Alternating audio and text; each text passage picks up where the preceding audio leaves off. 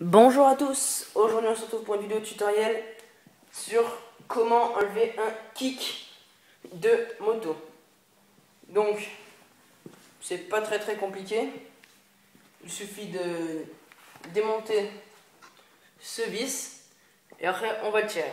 Donc moi j'utilise une clé, hop, tac, là je le serre. Et là je le desserre. Donc j'utilise une clé comme ceci, à 6 plans. C'est une clé de, si je me souviens bien, de 5 que j'utilise. Donc généralement c'est pareil pour toutes les motos. C'est pas sur ça que ça change normalement. Et donc, si ça fait longtemps que vous n'avez pas enlevé votre kick, ou même si vous n'avez jamais fait, je vous conseille de mettre un peu de graisse, de lubrifiant liquide. Donc ici, là, et vous allez incliner ça et le mettre par la fente et par ici. Donc une fois que vous avez fait ça, ce sera plus rapide. Pensez bien à laisser quand même agir 1 ou 2 minutes parce que souvent ça met un peu de temps pour se débloquer. Donc tac, une fois que j'ai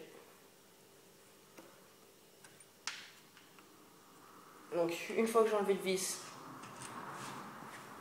vis, que faut surtout ne pas perdre et bien garder, là il suffit de mettre avec les 3 doigts, les 2 doigts comme ça, et appuyer sur le centre et tirer un peu et il vient tout seul. Donc voilà, le kick il est démonté, donc il est sous stuffer, donc voilà, et donc voilà. Donc maintenant moi je n'ai pas d'autres kicks pour le changer, donc je vais remettre le même. Donc là vous pouvez choisir votre position. Moi je vais le mettre comme ça, mais vous pouvez le mettre comme ça, vous pouvez le mettre comme vous voulez, comme vous êtes habitué. Bon, généralement il est comme ça, donc moi je le remets comme ça. Tac. Donc là je reprends le vis et je vais légèrement incliner. En fait, quand vous inclinez, faut pas que vous dépassiez un gros cran plutôt. Donc là je dépasse un gros cran, là j'en déplace un. Donc c'est juste des petits clics, mais pas un gros clic qu'il faut dépasser. Sinon vous risquez de noyer la moto. Bon, c'est quand même rare de la noyer, mais ça peut arriver. Donc là,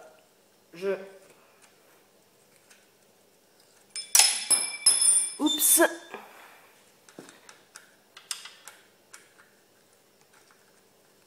Je revisse. Après, c'est pareil pour toutes les motos, hein. Le kick, il se démonte quasiment dans toutes les motos.